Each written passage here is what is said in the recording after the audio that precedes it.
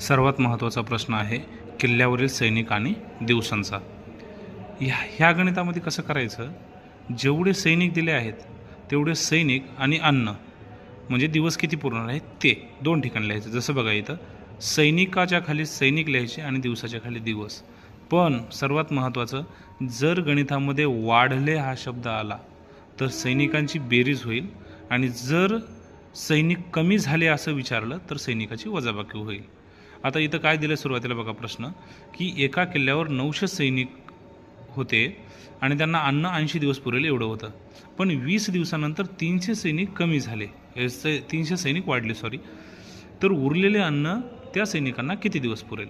आता आपण सांगितल्याप्रमाणे काय केलं, सैनिक सुरुवातीला किती सैनिक होते 900, त्याच्यानंतर आलेत किती एक्स्ट्रा सैनिक 300 सैनिक, म्हणून हे 300 सैनिक, आणि सुरुवातीला दिवस किती होते 80, आणि पुन्हा त्याच्यानंतर काय सांगितले 20 दिवसानंतर 300 सैनिक। 20 दिवस झाल्यानंतर म्हणजे 20 दिवस वजा करायचे, कारण 20 दिवस सुरुवातीला होऊन गेलेले आहेत। मग ह्याची बेरीज 900 अधिक 300, तुम्हाला सांगितल्याप्रमाणे बेरीज का केली तर सैनिक वाढलेले आहेत।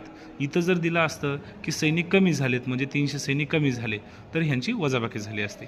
आता काय करायचं, ह्या दिवसांची वजाबाकी, कारण 20 दिवसानंतर सैनिक आलेले आहेत म्हणून 80 वजा 20 बरोबर 60। आता याचं शॉर्ट मेथड कशी आहे, याची काढण्याची अशी पद्धत होऊ शकते की सुरुवातीचे सैनिक, आलेली वजाबाकी किंवा बेरीज ह्या सैनिकांनी म्हणजे दिवसांची, आणि सर्वांची बेरीज किंवा वजाबाकी हे सैनिकांची।